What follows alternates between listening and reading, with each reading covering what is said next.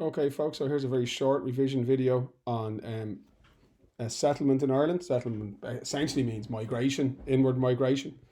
And this is an important element of the junior cycle history syllabus. And you might be asked questions on different parts of this, okay? So let's get going as quick as we can. Start down the bottom left corner as usual. So the first settlers came to Ireland during the Mesolithic period. Historians and archaeologists have established that. So around 7000 BC, so we're talking 9,000 years ago, where the first people came to Ireland. Excuse me while I take my sup of coffee. And the earliest evidence that we have of settlement in Ireland comes from a place called Mount Sandal, which is in County Derry. And Mount Sandal, we have found evidence of Mesolithic people in their settlements. Okay, sorry, I got distracted. Okay, so then we know farming developed in Ireland around 4000 BC, and we can kind of pinpoint that period as the beginning of the Neolithic, which means New Stone Age. Don't forget, Mesolithic means Middle Stone Age. There's your hunter gatherers, so they don't settle in one place; they move around following herds and the seasons and migrations. The Neolithic farmers, they brought something new, so they settled in places and began to build communities. Famously, if you haven't been there, I'd love you to go and visit it. Cage of Fields in County Mayo is an extraordinary place, which is quite a sophisticated community lived there. You know, all those thousands of years ago, dividing fields up into different sections and using tools like mattocks to break up the soil and to grow crops.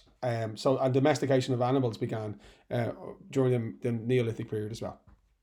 So everything was quiet then for a very long time until the Celts arrived around 500 BC. So the Celts were tribes from Austria and Switzerland. During that period, 500 BC, there was a lot of unsettlement in Central Europe with the growth of the migrations of different peoples.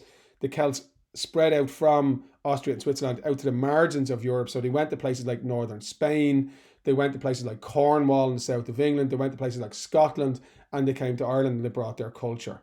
And we have evidence of a very, very large and very important Celtic settlement at Owenwaka in County Armagh, excuse the pronunciation, and that became a really, really important religious and cultural centre for the Celts for many, many hundreds of years. And in fact, when St. Patrick came to Ireland to convert the Christians, that's one of the reasons why he made Armagh the centre of Christian governance or organisation in Ireland, because of the importance it had for the Celtic people.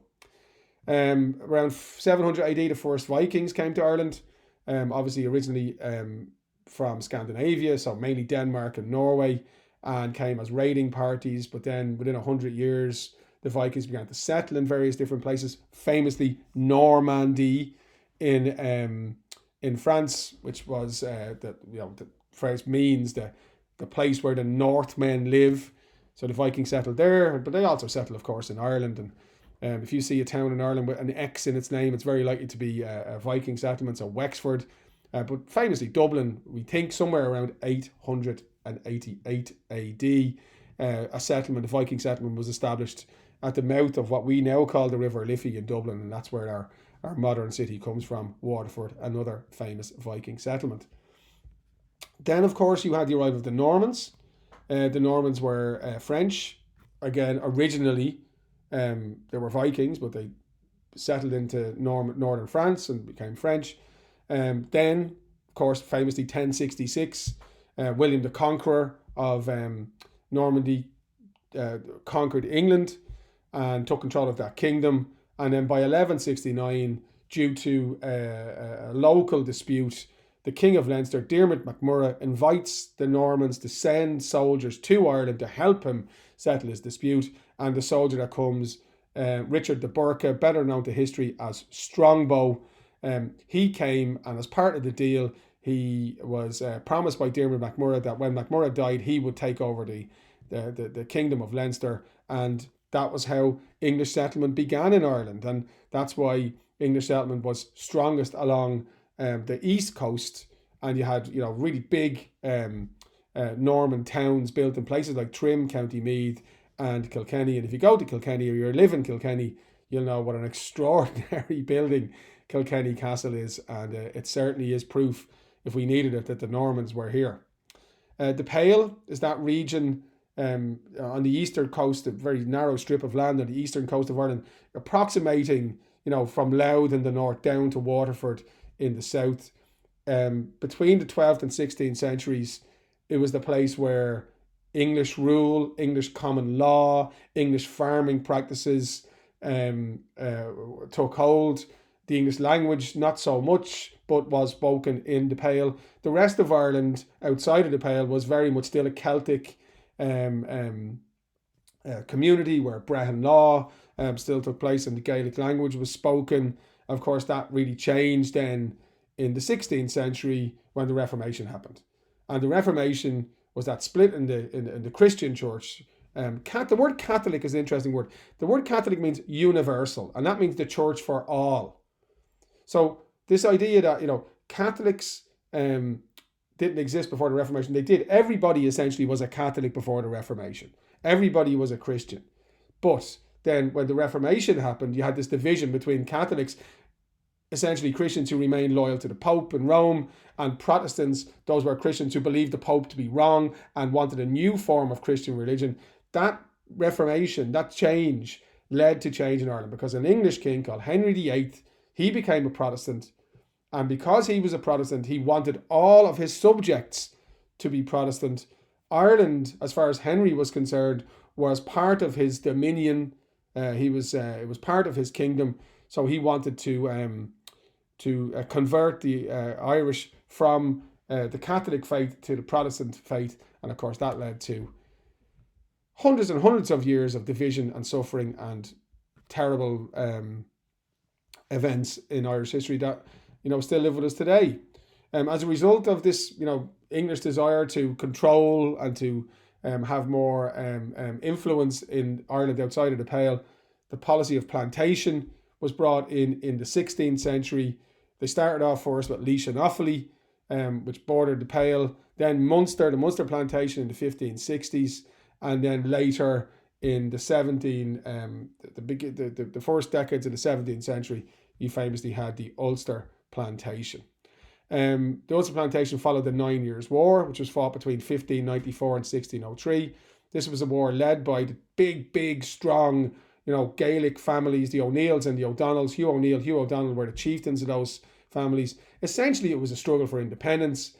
British or English law, English authority, English influence was spreading in Ireland by the 1590s. O'Neill and O'Donnell wanted to push back that influence, and they rebelled and lost.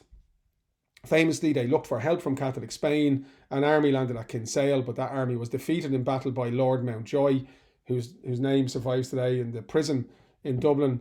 Lord Mountjoy was an English general. He defeated the Spanish army on the beach at Kinsale, then turned around and defeated the rebel army, which arrived to try and join up with the Spanish army. So that essentially, by 1603, meant that the rebellion was over. In 1607, the leadership of Gaelic Ireland, who were unhappy having to live under a new set of laws, decided to leave Ireland. That event is known as the Flight of the Earls. And at that point then, the King of England, his name was King James I, ordered the Ulster Plantation. The Ulster Plantation was a fundamental